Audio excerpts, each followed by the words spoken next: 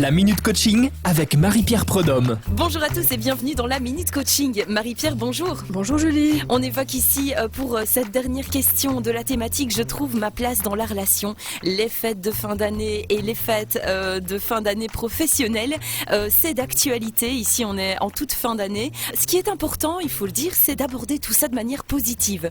Voilà, c'est parfois surprenant, vous ne trouvez pas, de voir cette différence entre la joie de la fête qui est parfois exprimée et puis si on creuse un petit peu plus, mais on se rend compte qu'il y a un tas de personnes qui appréhendent cette période de fête, que ce soit des réunions de famille ou des réunions professionnelles où les personnes se sentent obligées quelque part de participer. Je trouve qu'il y a un sacré décalage entre l'affichage de la fête et parfois le vécu et le mal-être et les malaises que ça peut générer. Alors pour rester positif et malgré la possibilité de malaise et de moments difficiles lors de ces fêtes de fin d'année, quelle est la clé? Est-ce qu'il y a une bonne manière d'aborder?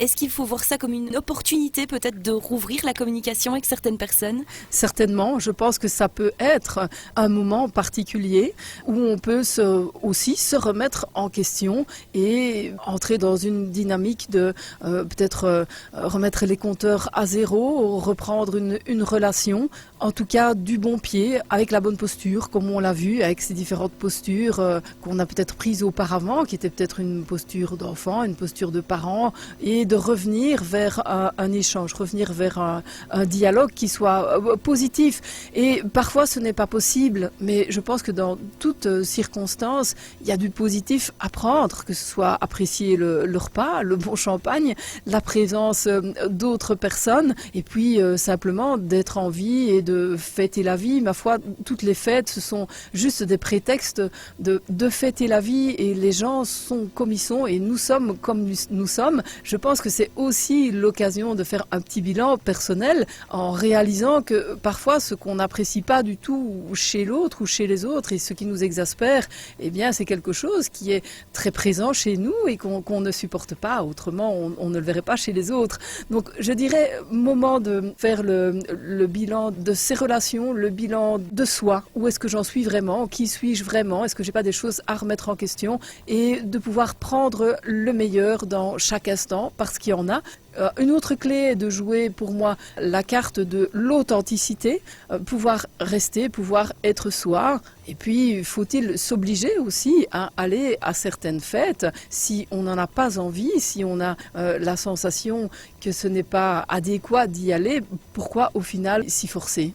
Oui, justement, donc ça revient à notre thématique confiance en soi. Il faut aussi apprendre à savoir dire non si on ne s'en sent pas capable. Exactement, pouvoir dire non, pouvoir aussi poser certaines limites. Je suis contente de venir chez toi au Nouvel An, mais voilà, moi, à telle heure, je rentre parce que j'ai besoin de sommeil, parce que j'ai besoin de récupérer, qu'importe, mais je suis content d'être là et voilà, je viendrai avec ça ou avec tel état d'esprit ou avec telles conditions, pouvoir exprimer. Ou tu sais, l'année passée, ce qui s'est passé, moi j'ai vraiment apprécié beaucoup ça. Et ça, par contre, moi, ça me convenait un petit peu moins. Clarté et authenticité. Marie-Pierre Prodhomme, je vous souhaite de bonnes fêtes de fin d'année, justement. Je vous remercie, Julie, également.